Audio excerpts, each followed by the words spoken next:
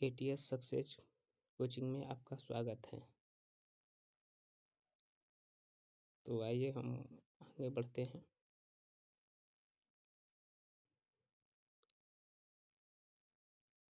आज का सेशन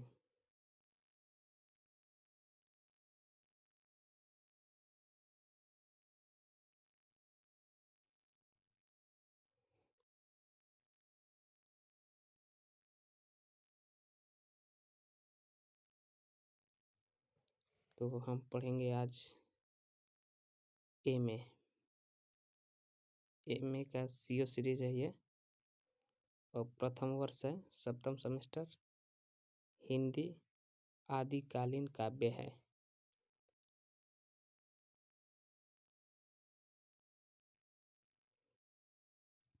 चलिए हम आगे बढ़ते हैं।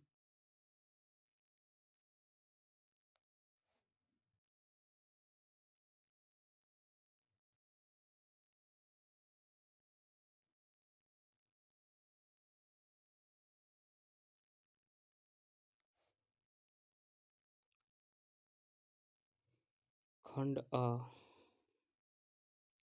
अति लघु उत्तरीय प्रश्न।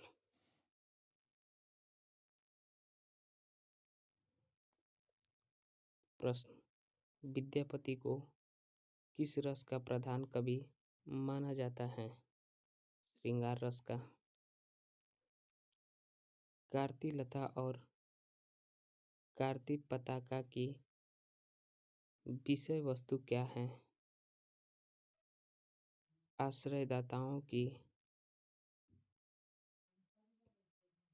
कीर्ति का वर्णन। विद्यापति की मैथिली रचना का नाम लिखिए। विद्यापति पदावली।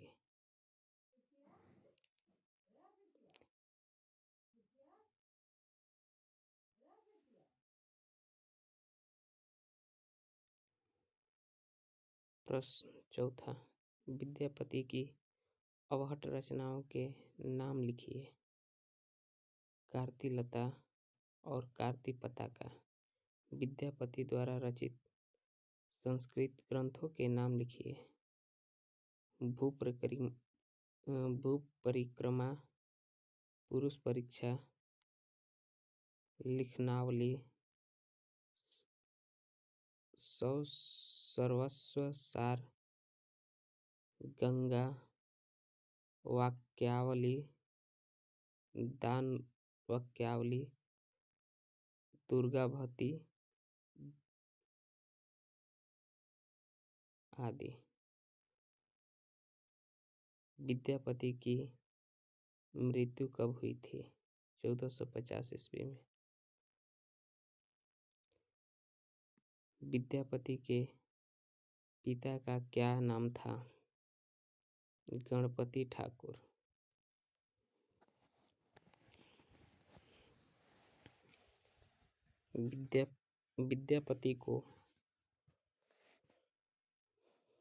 विद्यापति को अभिनव जयदेव की उपाधि किसने दी थी?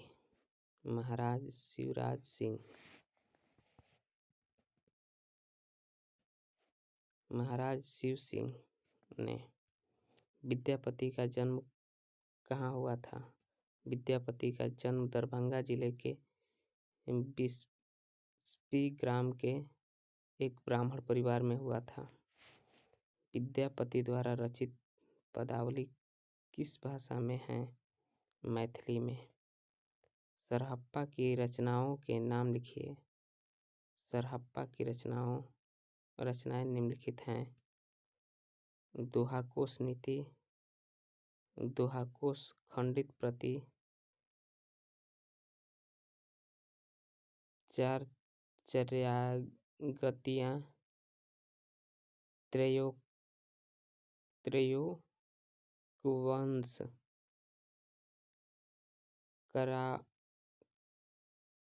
करावलोकेतेश्वर।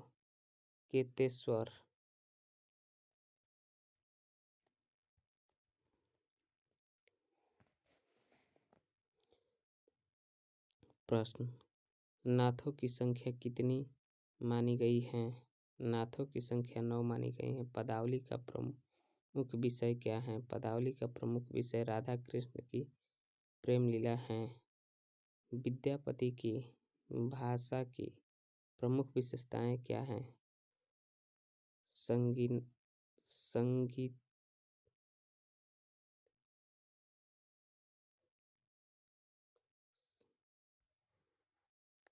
सं, संगीतात्मक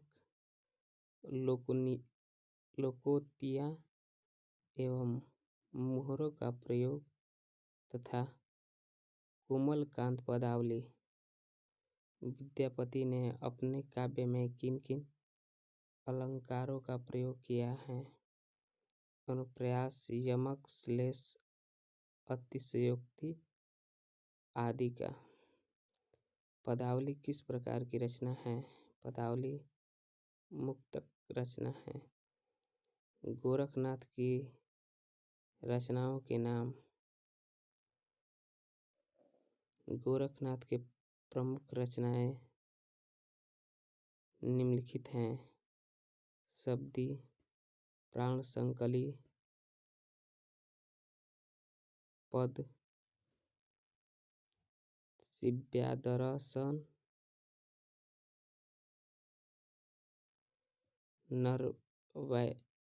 नरवैबोध,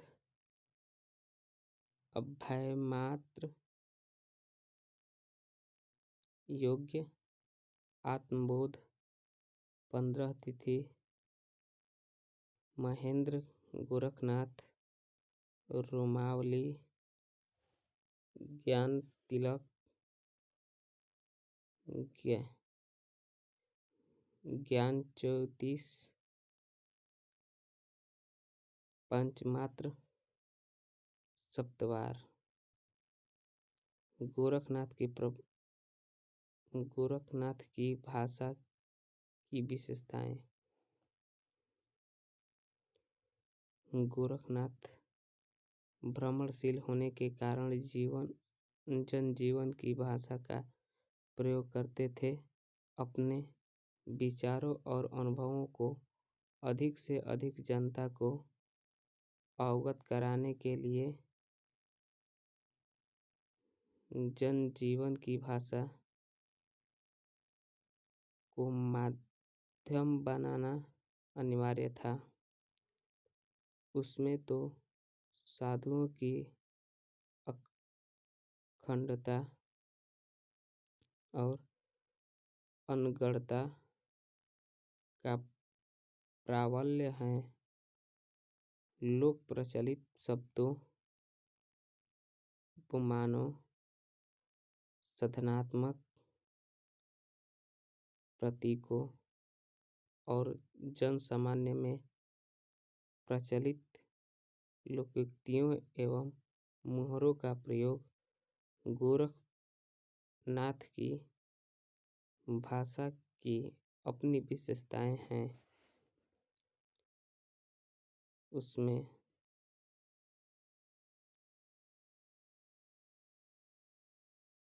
सपाट बयानी के साथ पौनापन भी विद्यमान है। गोरखनाथ का जीवन परिचय।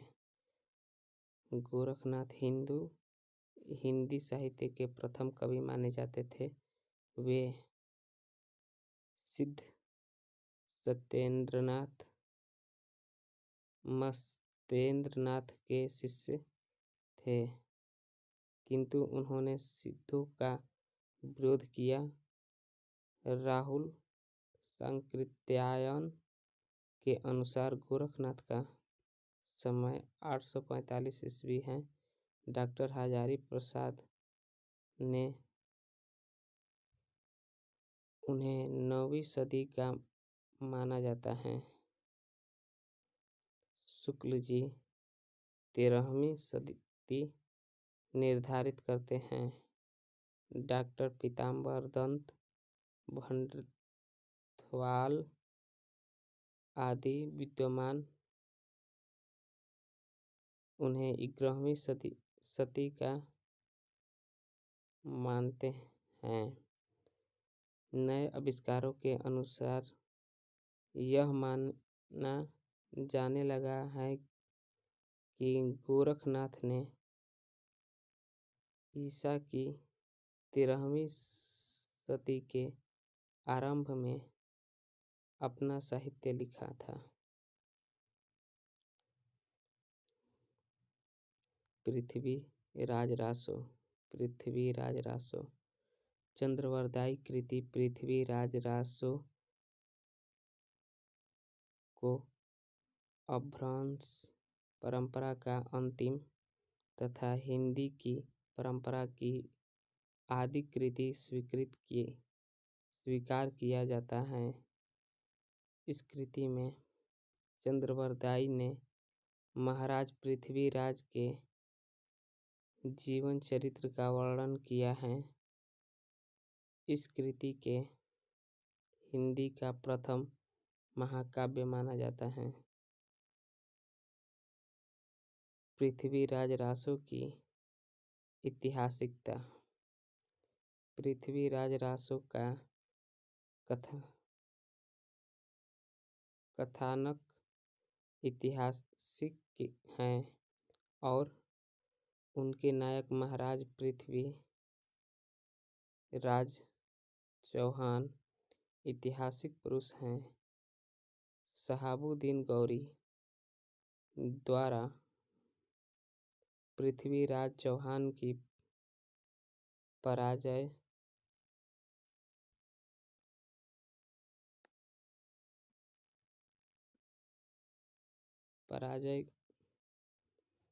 के इतिहास में बहुत बड़ी घटना है। इस घटना के बाद भारत में हिंदू राज्य समाप्त हो गया था। अतः पृथ्वीराज रासो का इतिहास से संबंध होना सिद्ध होता है। हजारी प्रसाद द्विवेदी पृथ्वी रासो को 12वीं शताब्दी की रचना मानकर उनकी ऐतिहासिकता की रक्षा की। गोरखनाथ की भाषा की प्रमुख विशेषताएं लिखिए। गोरखनाथ भ्रमणशील होने के कारण जनजीवन की भाषा का प्रयोग करते थे। उनकी भाषा सधुकड़ी थी। भाषा को बोधमय बनाने के लिए उन्होंने लोकोक्तियों और मुहावरों का प्रयोग किया है। उनके काव्य में उपमा, रूपक एवं विरोधाभास का प्रयोग सर्वाधिक है। गोरखनाथ की हठ साधना पर प्रकाश डालिए।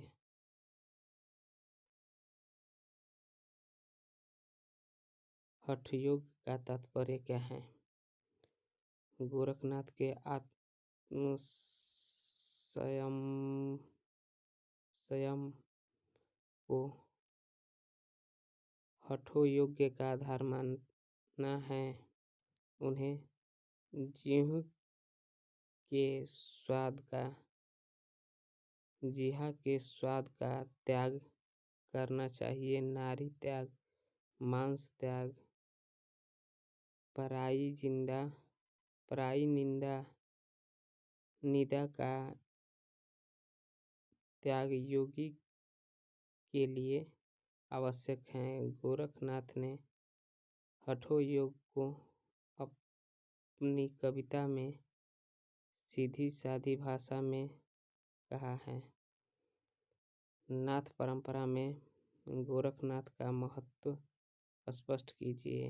गोरखनाथ का पहला महत्व यह है कि उनकी रचनाएं संत साहित्य का प्रस्थान बिंदु हैं। उनकी शैली संतों की प्रेरणा स्रोत बन गई। उनकी काव्य न होता तो संत साहित्य उस रूप में हमारे सामने न होता जिस रूप में आज वह हैं। उनके रूपकों, प्रतीकों और पारिभाषिक शब्दावलियों का भी विकास संत साहित्य में दिखाई पड़ा। गोरखनाथ की साधना पद्धति पर प्रकाश डालिए। गोरखनाथ की साहित्य साधना पर प्रकाश डालिए। आचार्य हजारी प्रसाद द्विवेदी ने गोरखनाथ के नाम पर प्रचलित 40% ग्रंथों का उल्लेख किया है। इसमें से कुछ संस्कृत में लिखे गए हैं, लेकिन द्विवेदी जी यह भी कहते हैं कि इनमें से अधिकांश गोरखनाथी मत के संग्रह मात्र हैं। डिंगल और पिंगल भाषा में अंतर बताइए। डिंगल भाषा तत्कालीन समय में राजधानी थी। वह भाषा वीर रस की रचनाओं के लिए पूर्णतया उपयुक्त है। इस भाषा के द्वित्व अक्षर कर्म कुदध्यात्मक तथा क्लिष्ट वर्णों का अधिकता है। यह डिंग अतिशयोक्ति युक्त भाषा डिंगल के नाम से प्रसिद्ध हुई। आदिकाल में श्रृंगारिक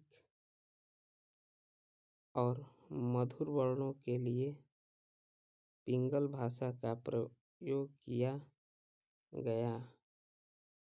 पिंगल तत्कालीन भाषा में प्रचलित मध्य प्रदेश की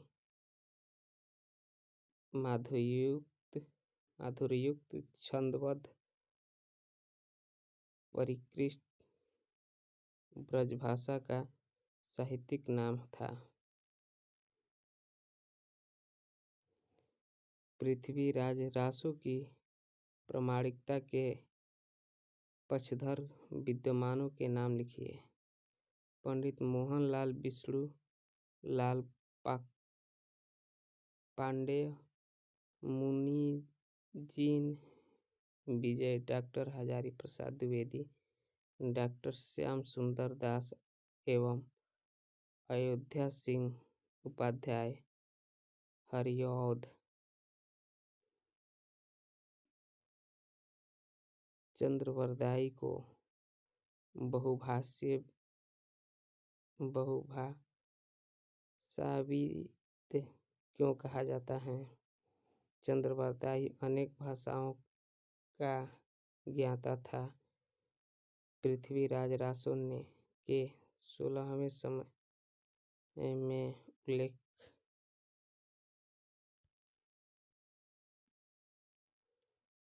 उल्लेख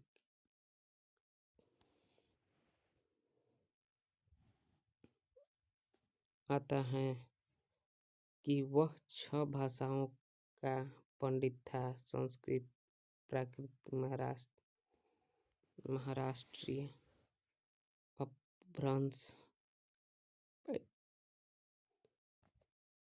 पैशाची, मागधी और सौरसेनी। इन भाषाओं पर चंद का पूर्ण अधिकार था।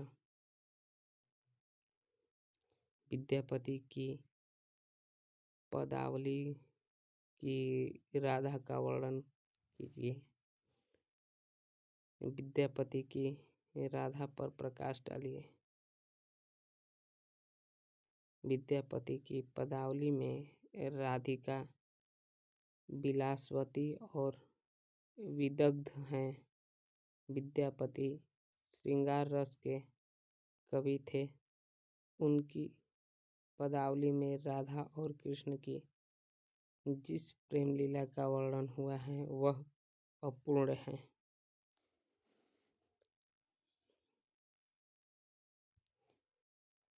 विद्यापति मैथिली कोकिल कहे जाते हैं। इस कथ्य पर प्रकाश डालिए। विद्यापति को मैथिल कोकिल क्यों कहा जाता है? विद्यापति की प्रसिद्धि का बहुत कुछ कारण उनकी भाषा है।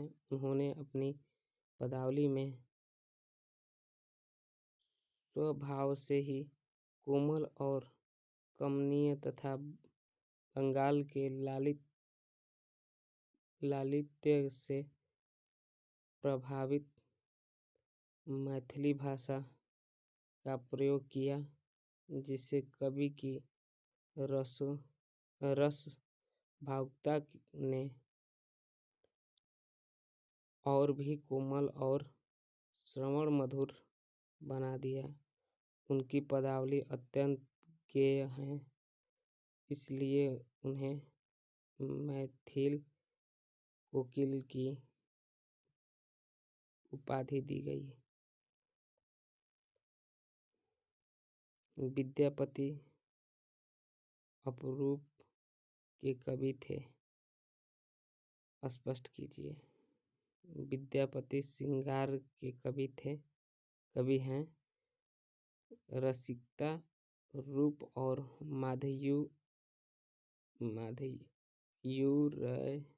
माधुर्य के इस कवि का रुझान संदर्भ की ओर होना स्वाभाविक ही था। इसमें उनकी भक्ति भावनाओं के एक ओर उनको अपरूप संदर्भ प्रिय बनाता, तो दरबारी वातावरण, रसिक प्रवृत्ति और आश्रयदाताओं की रुचि पूर्ववर्ती श्रृंगार परंपरा के मोह और समकालीन वातावरण के ने उन्हें मांसल और मानवीय संदर्भ के प्रति उन्मुख किया था। ससौ जौबन दुही मिली गेल का भावार्थ स्पष्ट कीजिए। प्रस्तुत काव्य पंक्ति विद्यापति की हैं। प्रस्तुत पंक्तियों में विद्यापति ने नायिका के सौंदर्य का वर्णन किया। वे कहते हैं कि ससौ और यौवन का सब मिलन होता है तो उस सुंदरी की दोनों बड़ी बड़ी आंखें कटाक्ष करने लगती हैं। वाणी में चतुरता के दर्शक होने लगते हैं।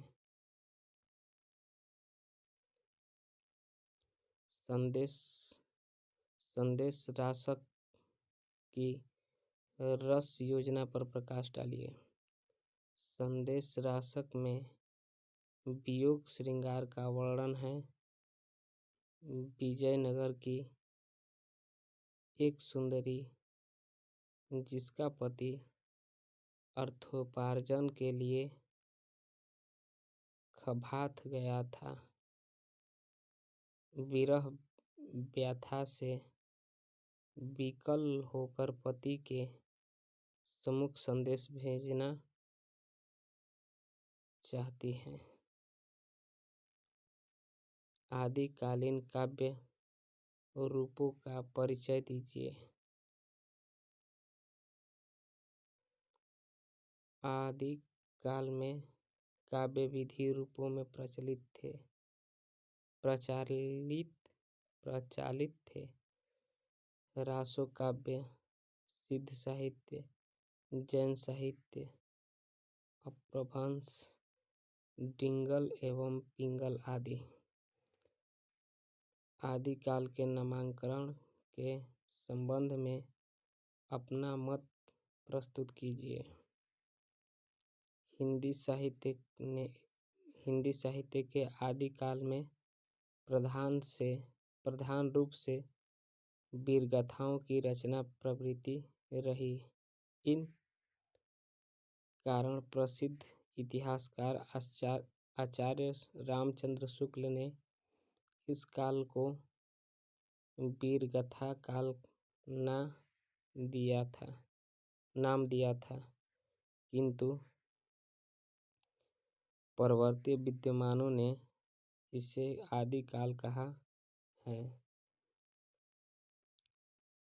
आदिकाल ऐसा नाम है जिसे सभी इतिहासकारों ने किसी न किसी रूप में स्वीकार लिया।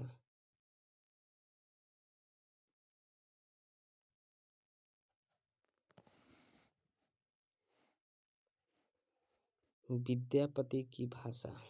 विद्यापति का भाषा के ऊपर पूर्ण अधिकार था।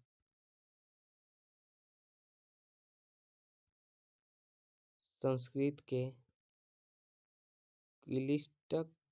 क्लिष्ट शब्दों के स्थान पर देशी शब्दों का प्रयोग कर भाषा को कोमल बना दिया गया।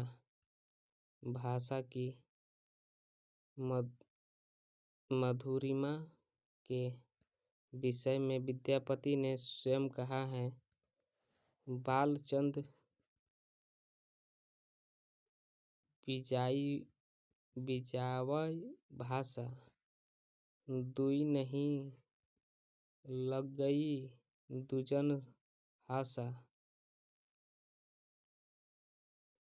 ओ परमेश्वर हर सिर सोही ई डिचई नाचर मन मोही। यह कवि की गर्वोक्ति नहीं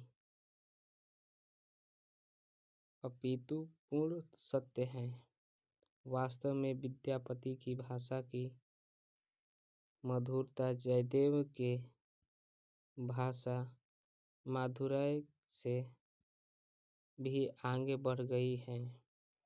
विद्यापति की भाषा में घोष महाप्राण स्वरों की आवृत्ति है और संयुक्ताक्षरों का सर्वार्थ अभाव है। इसी प्रकार जयदेव से अधिक सरसता है।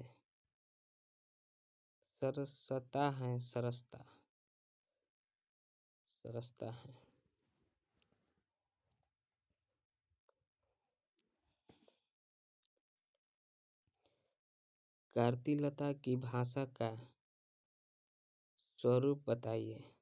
कार्तिलता विद्यापति की चर्चित कृति है। विद्यापति को भाषा पर पूर्ण अधिकार था। विद्यापति ने कार्तिलता में संस्कृतनिष्ठ एवं अवहट भाषा का प्रयोग किया। चंद्रवरदाई को बहुभाषाविद क्यों माना जाता है? महाकाव्य चंद का भाषा पर असाधारण अधिकार था। उनकी शब्द योजना इतनी समर्थ है कि वर्णनीय वस्तुओं का चित्र सा प्रस्तुत कर देते हैं। उन्होंने भाषागत विशेषताओं के अंतर्गत शब्द चयन, पद का प्रयोग का सार्थकता, भाव प्रतिफल, ध्यात्मक नाद सौंदर्य आदि का विशेष ध्यान रखा है। उनकी रचनाओं में अनेक भाषाओं के शब्द मिलते हैं। चंद्रवरदाई का सामान्य परिचय दीजिए। चंद्रवरदाई का जन्म संवत 1225 और मृत्यु संवत 1249 ईस्वी हुई। ईस्वी सन में इनका परिवर्तन 1168 और 1192 होता है। चंद हिंदी के पहले महाकवि माने जाते हैं। पृथ्वीरासो के अनुसार कवि चंद्रवरदाई की विशेषताओं पर प्रकाश डालिए। चंद्रवरदाई महाराज पृथ्वीराज के राजकवि नहीं, उनके सखा और सामंत भी थे। चंद 6 भाषाओं के विद्वान होने के साथ साथ व्याकरण, काव्य साहित्य, छंद शास्त्र, ज्योतिष, पुराण, नाटक आदि अनेक विधाओं में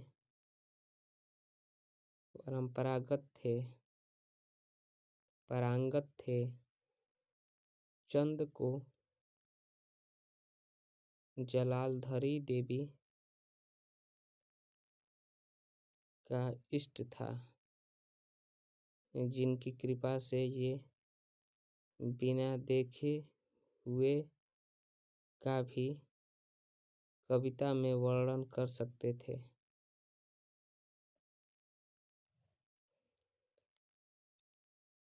पृथ्वीराज रासो में कितने छंद हैं? 72। पद्मावली समय में किन छंदों का सर्वाधिक प्रयोग हुआ है? दोहा, कवित, गाथा एवं पहंदरी, भुजंगी आदि छंदों का प्रयोग हुआ है। विद्यापति को मैथिली कोकिल किस आधार पर कहा जाता है? विद्यापति को इनकी पदावली के कारण मैथिल कोकिल कहा जाता है।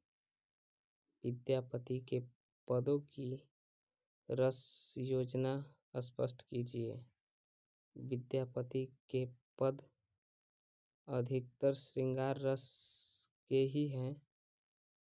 इनमें नायिका राधा और नायक कृष्णा हैं।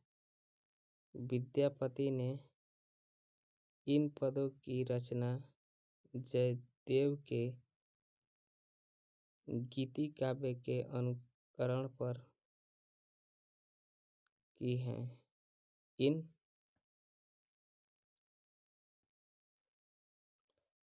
पदों का माधुर्य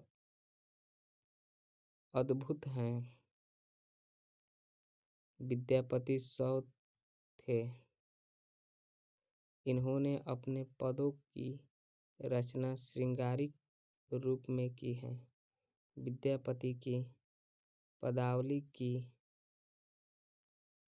राधा का वर्णन कीजिए। विद्यापति की पदावली में राधिका, विलासवती और विदग्ध। विद्यापति श्रृंगार रस के कवि थे। उनकी पदावली में राधा और कृष्ण की जिस प्रेमलीला का वर्णन हुआ है वह अपूर्ण है। आचार्य शुक्ल ने वीरगाथा काल के अंतर्गत किन कृतियों का उल्लेख किया है? आचार्य शुक्ल ने वीरगाथा काल की जिन कृतियों का उल्लेख किया है वे निम्न हैं: विजयपाल रासो, हमीर रासो, कार्तिलता एवं कार्तिपताका आदि। प्रमुख सिद्ध कवियों के नाम लिखिए। प्रमुख सिद्ध कवि हैं सर्पा एवं सबरपा हैं। नाथ साहित्य का परिचय दीजिए। नाथ साहित्य के प्रवर्तक गुरु गोरखनाथ माने जाते हैं। नाथपंथियों ने अपने उद्देश्यों द्वारा समाज में व्याप्त धार्मिक व्याभिचार और धार्मिक विकृति का खंडन किया और धर्म को परिभाषित शब्दों का प्रयोग नाथ साहित्य में प्रचुरता से हुआ है। नाथ साहित्य में विकृति करने वाली रूढ़ियों पर भी आघात किया गया। आदिकालीन सामान्य प्रवृत्तियों का उल्लेख कीजिए। आदिकालीन प्रवृत्तियाँ। इस काल के अधिकांश कवि राजाओं के दरबार में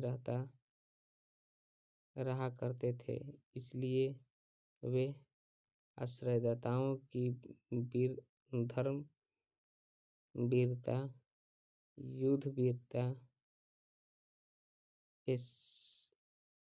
ऐश्वर्य की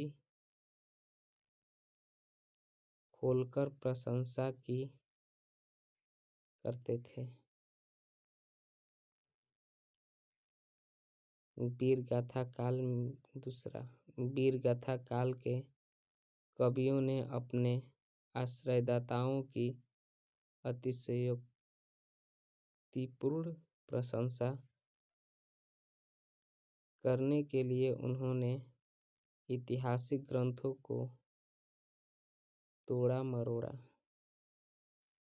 वीरगाथात्मक साहित्य में यह दोष दिखाई देता है कि वह जनजीवन से दूर है। साहित्य का संबंध अधिकांश रूप से सामान्य जनता की अपेक्षा राजाओं के बराबर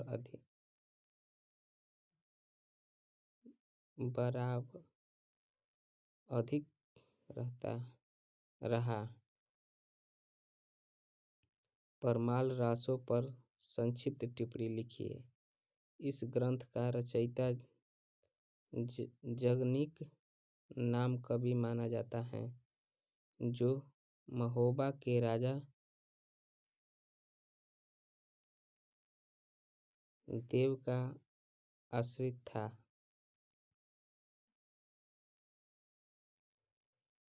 उसने इस काव्य का अल्लाह और उदल नामक दो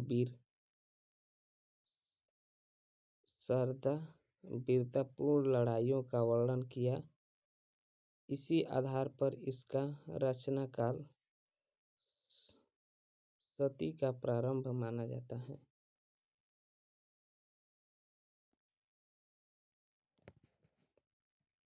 आदिकाल के प्रमुख श्रृंगारिक काव्यों का परिचय दीजिए। पहला, खुमान रासो। इस ग्रंथ में राजाओं के युद्ध और विवाहों का विस्तार से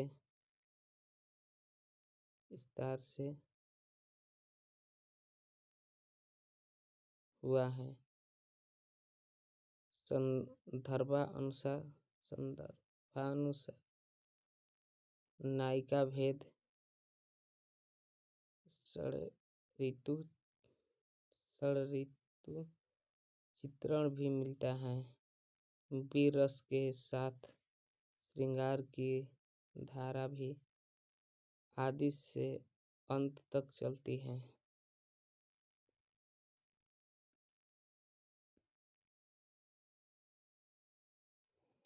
दूसरा, बिसल देव रासो। बिसल देव रासो हिंदी के आदिकाल की एक श्रेष्ठ काव्य कृति है। इसमें भोज परमार की पुत्री राजमती और अजमेर के चौहान राजा बिसल देव तृतीय के विवाह, वियोग एवं पुनर्मिलन की कथा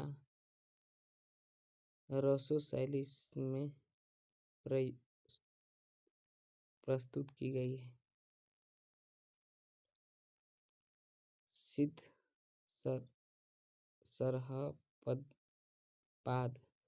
सरहपाद पर संक्षिप्त टिप्पणी कीजिए। सरहपाद हिंदी के प्रथम कवि माने जाते हैं। वैसे कुछ विद्वान चंद को तो कुछ पुष्प को हिंदी का प्रथम कवि स्वीकार करते हैं। इसके जन्म के विषय में कुछ भी ज्ञात नहीं है। अनुमानों के आधार पर इनकी जन्म 8वीं शताब्दी में स्वीकार किया जाता है। ये जाति से ब्राह्मण भिक्षुक थे। सरहपाद सरोज ब्रज, राहुल भ्रद आदि नामों से भी इन्हें जाना जाता है। आदिकाल के प्रमुख रासो काव्यों का परिचय दीजिए।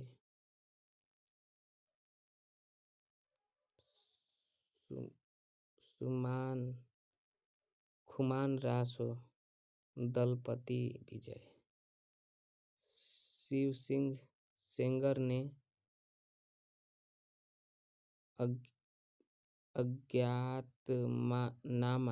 अज्ञातनामा भट्टो को खुमान रासो की रचयिता माना है, किंतु इधर खुमान रासो की जो प्रतियां मिली हैं उनकी दलपति विजय का नाम अंकित है। कर्नल टाड ने खुमान रासो की प्रवृत्ति पर चर्चा की है। उनके विचारों से खुमान नामों के 3 शासक हुए हैं, जिसमें प्रथम का समय 752 से 808 ईस्वी, द्वितीय का 813 से 843 ईस्वी, तृतीय का 908 से 933 ईस्वी तक हैं। बिसल देव रासो नरपति नाल। बिसल देव रासो मुक्त परंपरा का प्रतिनिधि काव्य हैं। आदिकाल के गेय साहित्य में इसकी चर्चा महत्वपूर्ण रूप में की जाती है। बिसल देव रासो वस्तुतः प्रेमाख्यान काव्य परंपरा की कोटि में आता है। इसमें विवाहानंतर पति पत्नी के संपर्क से प्रेम के विकास का प्रतीक्षाकरण दिखाया गया है। इसमें चित्रित प्रोसित पतिका के विरह और